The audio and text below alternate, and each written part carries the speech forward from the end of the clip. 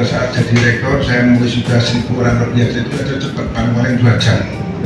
Jadi kan juga kira-kira bisa. Nah, dengan begitu bukan berarti kami murah sekali memberikan award, atau mungkin teman-teman wartawan ini kan gara-gara sudah tahun terakhir sehingga memberikan begitu banyak benar. Ada dugaan itu boleh-boleh saja. Tetapi apa yang kami lakukan ini memang kemudian menyisir siapa saja yang punya kontribusi yang luar biasa kepada Basnas Republik Indonesia sehingga harus kami beri penghargaan tersebut. Kenapa lagi Pak yang akan menjadi evaluasi bagi Basnas untuk kedepannya? Itu yang pertama. Yang kedua, terkait dengan evaluasi di tahun ini apa zakat yang paling banyak diminati oleh masyarakat, khususnya bagi Muzaki ini, dari beberapa zakat itu apa saja sih Pak? Bisa sedikit dielaborasi biar kita ke depan tentu saja kita akan mengikuti perkembangan teknologi yang memang sangat cepat sekali. Maka dari itu transformasi digital di kami memang terus kita kembangkan. Tetapi tantangan-tantangan yang lain, terutama sekali bagaimana kita mengembangkan zakat ini juga sangat penting. Karena apa? Selama ini kami masih memperoleh zakat yang itu saja. Kami sudah usahakan misalnya zakat perusahaan, ini sudah luar biasa berkembang. Ada zakat digital melalui platform digital, zakat retail, zakat perorangan yang premium, dan tentu saja adalah zakat dari ASN. Tetapi nanti akan muncul perkembangan bagaimana zakat dari para YouTuber, bagaimana zakat yang sekarang ini belum maksimal dari pertambangan, dari perikanan, dari pertanian.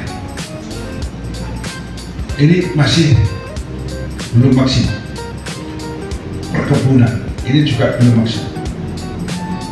Di kebun-kebun sawit yang sedemikian banyak itu, kontribusinya terhadap zakat belum banyak. Pertambangan yang begitu luar biasa, kontribusinya terhadap zakat juga belum banyak. Kami masih mengandalkan zakat tadi yang kami sebutkan, dari perusahaan yang tidak sampai menyentuh kepada pertambangan, menyentuh kepada pertanian, menyentuh kepada perkebunan, perikanan. Dan perusahaan-perusahaan itu kan luar biasa. Nah, ke depan tentu saja kemarin kita sudah mengembangkan untuk zakat saham, walaupun karena kondisi semacam ini belum maksimal, tetapi sudah mulai zakat saham. Ke depan tentu saja akan banyak perkembangannya yang muncul, sumber-sumber ekonomi ke depan itu akan seperti apa. Ini kita tetap mengikuti, karena prinsip kita bahwa semua usaha yang halal itu ada zakatnya. Semua kekayaan yang halal itu ada zakatnya. Prinsip kita demikian. Tidak berarti kita mencari-cari. Sekali lagi sering kami sampaikan, tidak berarti kami meminta-minta atau mencari-cari. Bahkan sering saya katakan pada teman-teman, haram hukumnya kalau ambil zakat orang Basnas itu meminta-minta. Karena kita mengikuti jejaknya Rasulullah SAW yang hanya menghimbau, memfasilitasi akan adanya perintah berzakat tersebut. Jadi dari sini akan kami kembangkan terus, tapi dengan pengelolaan yang modern. Administrasi kami tata betul, kami juga sudah menyampaikan nanti ke depan administrasi yang seperti apa. Good governance dan clean government itu seperti apa. Kita juga akan pamerkan rayaan-rayaan ISO juga seperti apa. Kita sampaikan supaya yang memimpin ke depan itu juga berkaca bahwa Basnas alhamdulillah berkat juga bantuan teman-teman wartawan sudah sampai pada level yang sangat tinggi, baik itu di Indonesia maupun di dunia. Top brand kita itu menjadi top brand nomor 1 terus dengan bintang 5. Jadi top brand kita baik dalam negeri maupun luar negeri. Sekarang ini banyak lembaga-lembaga luar negeri yang mulai banyak belajar ke Basnas, bahkan mulai banyak membuat proposal pengajuan bantuan ke Basnas, lembaga luar negeri. Artinya bahwa Basnas ini sudah levelnya nasional dan alhamdulillah juga internasional. Nah ini kita akan sampaikan, kita akan bangun terus tentang kekuatan ini kepada saudara-saudara kita yang akan datang. Walaupun kami juga meminta semuanya, teman-teman ini wajib hukumnya untuk mendaftar kembali saja.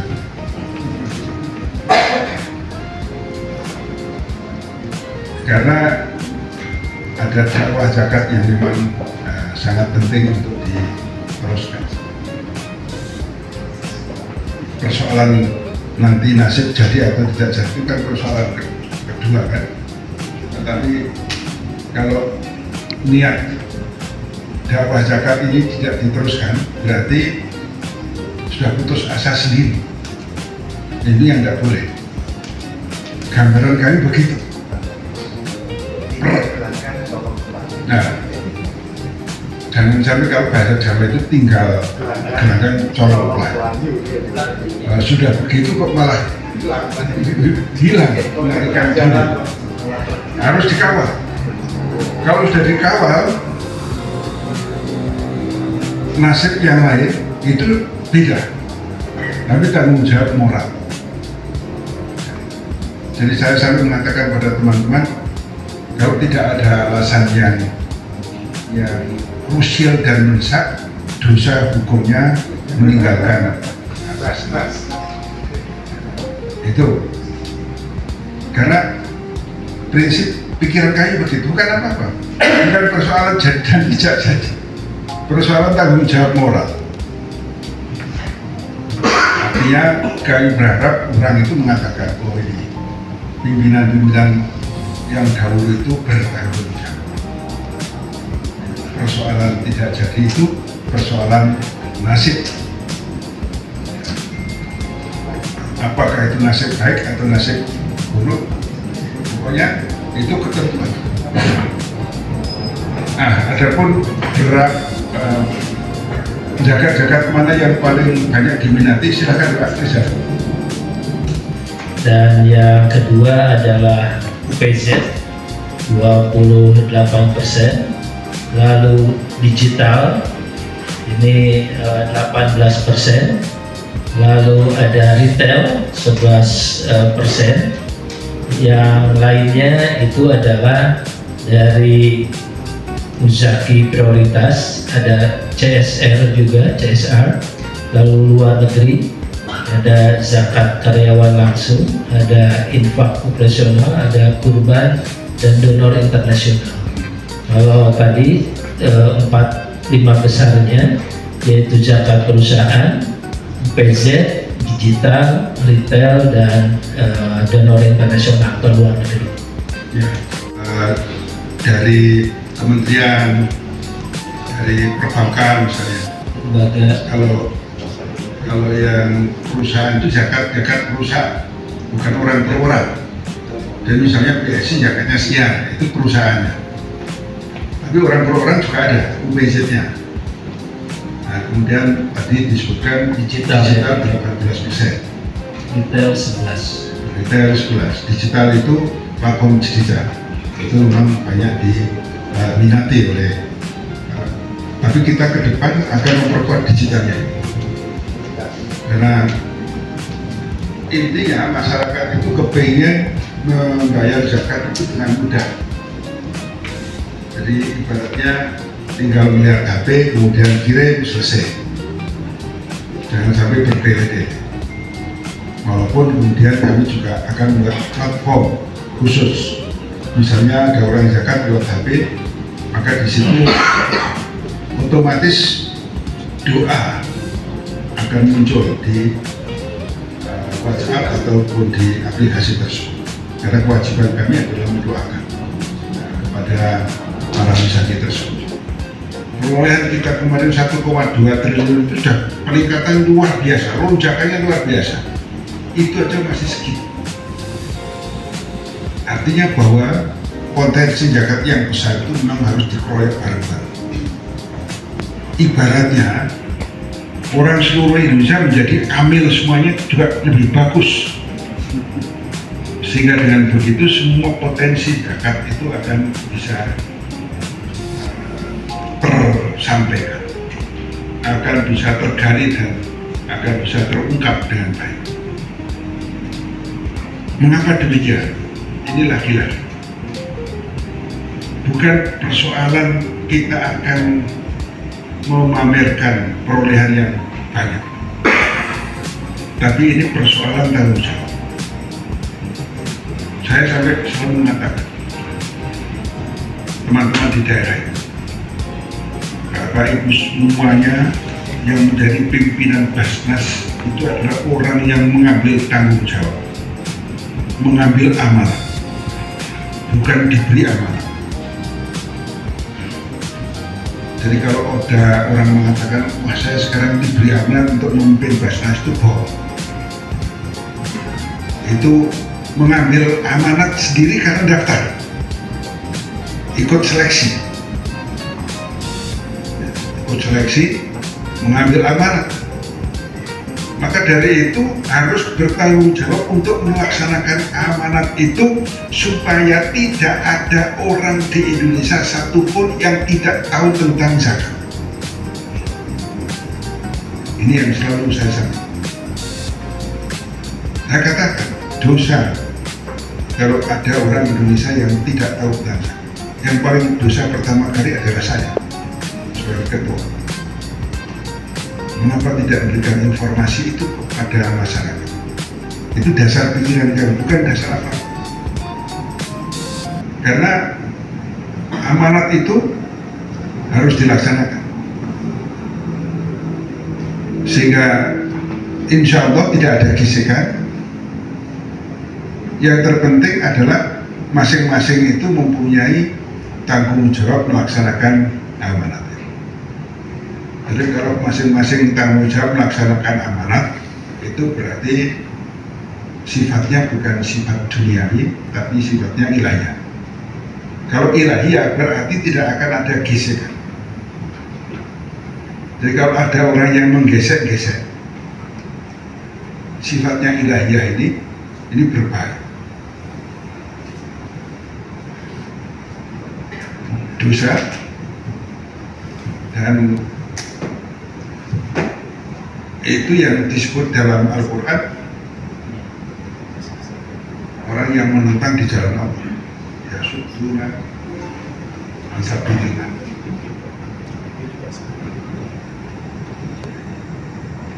Selalu kami ingatkan jangan pernah melakukan gesekan apapun kepada teman-teman yang sama-sama amil zakat. Jangan pernah melakukan kompetisi yang tidak sehat. Jadi ada kompetisi yang mengatakan kami ini perolehnya sekian, Basnas sekian, kami ini kok perolehnya sekian, plus yang lain kok sekian, itu setan. Jadi kalau ada orang yang begitu dalam konteks kompetisi yang tidak sehat, itu berarti kompetisinya dunia, dan itu tidak diperbolehkan. Itu gambaran.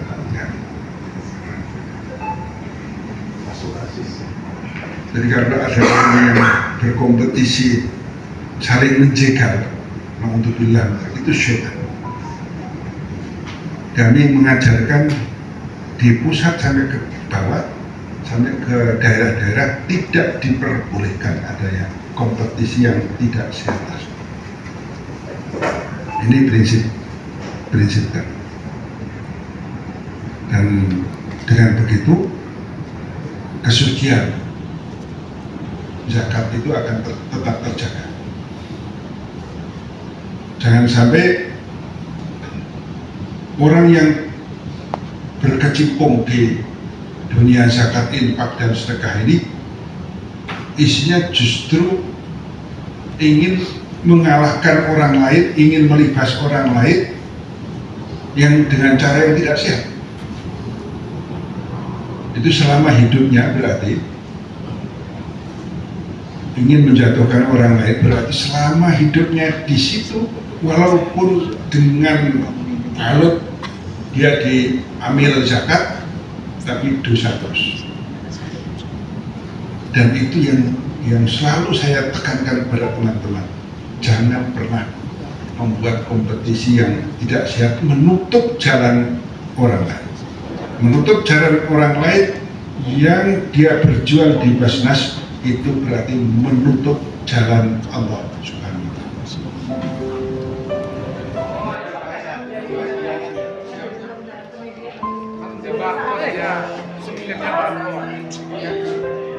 Karena Rakernas ini punya makna yang sangat strategis bagi kami. Yang pertama adalah melakukan kajian yang mendalam terhadap capaian yang sudah kami lakukan, tapi sekaligus juga memberikan satu kajian-kajian terbaru untuk yang akan datang. Sehingga dengan demikian ini periode atau tahun terakhir bagi periode kami ini, mudah-mudahan ada keberlanjutan dari apa yang kami lakukan sekarang ini untuk masa yang akan datang.